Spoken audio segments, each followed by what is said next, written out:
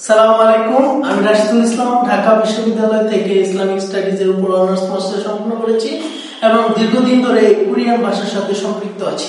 তো আমি আজকে আপনাদের শেখাবো কোরিয়ান বর্ণমালা নিয়ে কি সংক্ষিপ্ত একটি আলোচনা আপনাদের মাঝে তুলে ধরার চেষ্টা করব, যেন এর মাধ্যমে আপনার কোরিয়ান যাত্রাটি সুগম এবং সুদৃঢ় হয়। চলুন আমরা মূল ক্লাসে চলে যাই। তো কোরিয়ান বর্ণমালাটা ঠিক আমাদের বাংলা বর্ণমালার অনুরূপ এবং অনেকটাই কি সমার্থক। যেরকম আমাদের কোরিয়ান বর্ণমালায় আমরা মোট বর্ণ শিখব হচ্ছে 40টি। কয়টি বর্ণ? 40টি। কিন্তু বাংলা বর্ণমালায় বর্ণ শিখতে হয় আমাদের 50টি। সেদিক থেকে আমরা বলতে পারি কোরিয়ান বর্ণমালা বাংলা বর্ণমালার চাইতে অনেকটাই সহজ। ঠিক আমাদের বাংলা বর্ণমালাকে যেভাবে দুইটি ভাগে বিভক্ত করা হয়েছে, কোরিয়ান বর্ণমালাকে সেম দুইটি ভাগে বিভক্ত করা হয়েছে। একটি হচ্ছে স্বরবর্ণ আর একটি হচ্ছে কি ব্যঞ্জন বর্ণ। সেম এই স্বরবর্ণ হচ্ছে কি 21টি। কোরিয়ান বর্ণমালায় স্বরবর্ণ কয়টি? 21টি এবং ব্যঞ্জন বর্ণ হচ্ছে 19টি। কয়টি বর্ণ? 19টি। এই স্বরবর্ণকে কি আবার দুইটি ভাগে বিভক্ত করা হয়েছে। একটি হচ্ছে মৌলিক স্বরবর্ণ, অপরটি হচ্ছে কি যুক্ত বা যৌগিক স্বরবর্ণ। এখন আমাদের জানতে হবে মৌলিক স্বরবর্ণ কয়টি। মৌলিক স্বরবর্ণ হচ্ছে 10টি এবং যুক্ত স্বরবর্ণ হচ্ছে 11টি। এই টোটাল 21টি হচ্ছে কি মৌলিক স্বরবর্ণ। এখন আমরা সংক্ষিপ্ত পরিচয়ের ক্ষেত্রে চলে আসি ব্যঞ্জন বর্ণের ক্ষেত্রে। টোটাল ব্যঞ্জন বর্ণ হচ্ছে 19টি, এর মধ্যে মৌলিক ব্যঞ্জন বর্ণ হচ্ছে 14টি এবং যুক্ত ব্যঞ্জন বর্ণ হচ্ছে 5টি। এই টোটাল আমাদের 40টি বর্ণ। এই 40টি বর্ণ আমরা যদি আয়ত্ত করতে পারি তাহলে কি সহজেই কি কোরিয়ান ভাষা পড়ার দক্ষতা অর্জন করতে পারব। আজকের ক্লাসে আমরা কোরিয়ান স্বরবর্ণ নিয়ে আলোচনা করব। যেহেতু ইতিপূর্বে আমরা জেনেছি কোরিয়ান স্বরবর্ণকে দুটি ভাগে বিভক্ত করা হয়েছে, তো প্রথমে আমরা জেনে নেই হচ্ছে মৌলিক স্বরবর্ণ। কি জেনে নেব? মৌলিক স্বরবর্ণ। তো মৌলিক স্বরবর্ণ পড়ার ক্ষেত্রে আমরা হচ্ছে পূর্বের স্মৃতিচারণে চলে যাব। কিসে চলে যাব? পূর্বে, অর্থাৎ আমরা বাচ্চাকালে বা শিশু বয়সে যে বাংলা বর্ণমালাগুলো শিখছিলাম স্বরবর্ণ, সেগুলোতে চলে যাব। দেখো প্রিয় বন্ধুরা, খেয়াল করে দেখো, আমরা যখন শিশু বয়সে বাবা মার কাছে বর্ণমালাগুলো শিখছিলাম সেগুলো ছিল কি স্বরেয়। কি ছিল? স্বরেয়। তারপরে কি ছিল? স্বরেয়া, তাই না? তারপরে ছিল রস্বই, তারপরে ছিল রস্বউ, তারপরে ছিল ও, তারপরে ছিল কি দীর্ঘ উ, তাই না? এই যে বর্ণমালা গুলো শিখছি, এই বর্ণমালা গুলো কিন্তু কি আমরা কোরিয়ান বর্ণমালার ক্ষেত্রে ব্যবহার করবো। অর্থাৎ উচ্চারণ গুলো কি সেম এগুলোই থাকবে।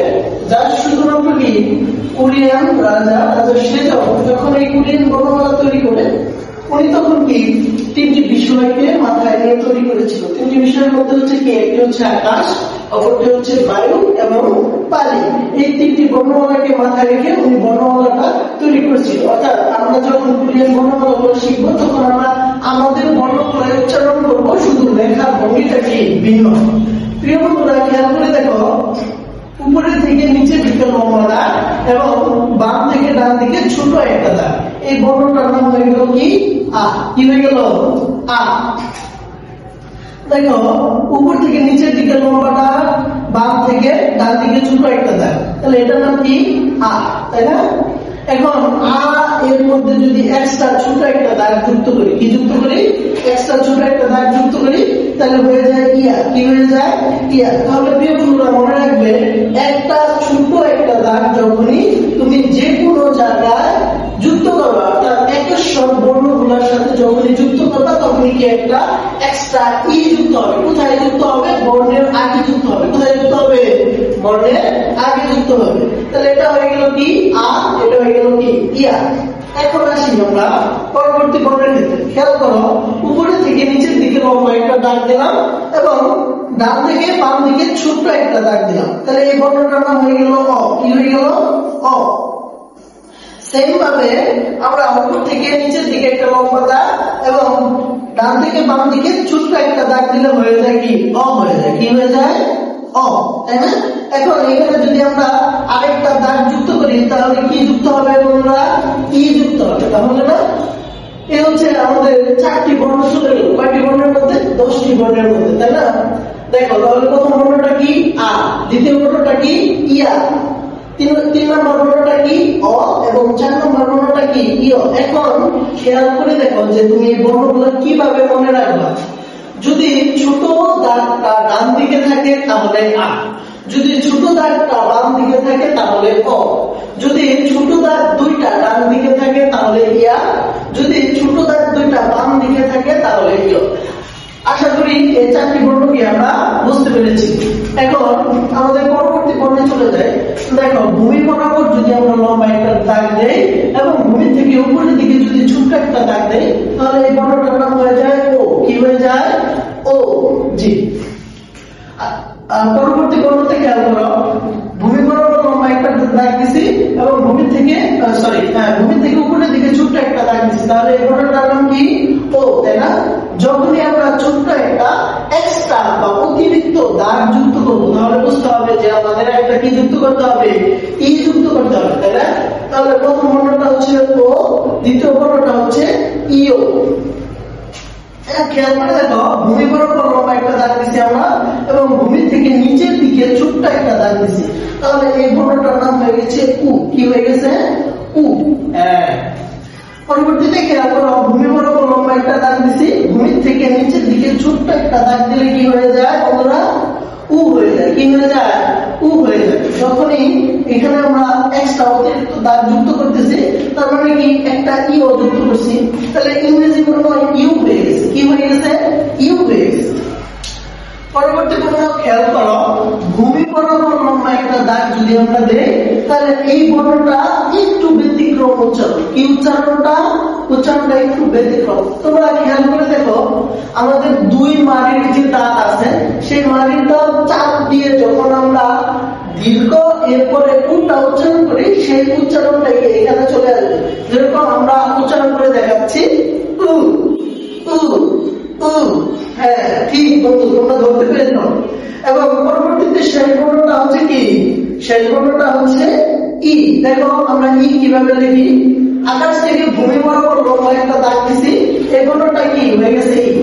এখন প্রিয় বন্ধুরা একটু খেয়াল করে দেখো বর্ণগুলা কি অসামঞ্জস্যপূর্ণ লাগছে না?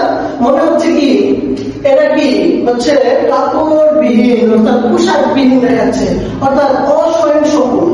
এই বর্ণগুলা খেয়াল করে দেখো বন্ধু, যেগুলা হচ্ছে উপর থেকে নিচের দিকে অর্থাৎ খারাপ বর্ণ আছে সেগুলোর বাম পাশে আমরা যদি একটা সুন্দর মতো বসাই দিই তাহলে কি এই বর্ণগুলা পরিপূর্ণ রূপ পায়। কি পায়? পরিপূর্ণ রূপ ধারণ করতেছে। হ্যাঁ, আর যেগুলো হচ্ছে ভূমি বরাবর লম্বা দাগ সেগুলো কি মাথায় বসবে। কোথায় বসবে? মাথায় বা উপরে বসাবো। তো এই হচ্ছে আমাদের মৌলিক 10টি স্বরবর্ণ। হ্যাঁ, এখন চলো আমরা এই বর্ণগুলো একটু তোমাদের সাথে উচ্চারণ করে দেখাচ্ছি, তাহলে কিভাবে তোমরা এগুলা আয়ত্ত করবে। আ, কি বলবা? আ আ আ। কি বলবা? আ। ইয়া, অ, ইয়, ও, ইয়, উ, ইউ, উ, ই। এই হচ্ছে আমাদের মৌলিক স্বরবর্ণ। এখন এই মৌলিক স্বরবর্ণকে আমরা দুইটি ভাগে বিভক্ত করতে পারি। কয়টি ভাগে? দুইটি ভাগে বিভক্ত করতে পারি। দেখো এখানে একক স্বরবর্ণ আছে, অর্থাৎ এক বর্ণ বিশিষ্ট কিছু বর্ণ আছে এবং দ্বিবর্ণ বিশিষ্ট বর্ণ আছে। এই দুইটা বর্ণকে কি আমরা আলাদাভাবে ভালোভাবে কি আয়ত্ত করতে পারি সেটা আমরা পরে আসতেছি।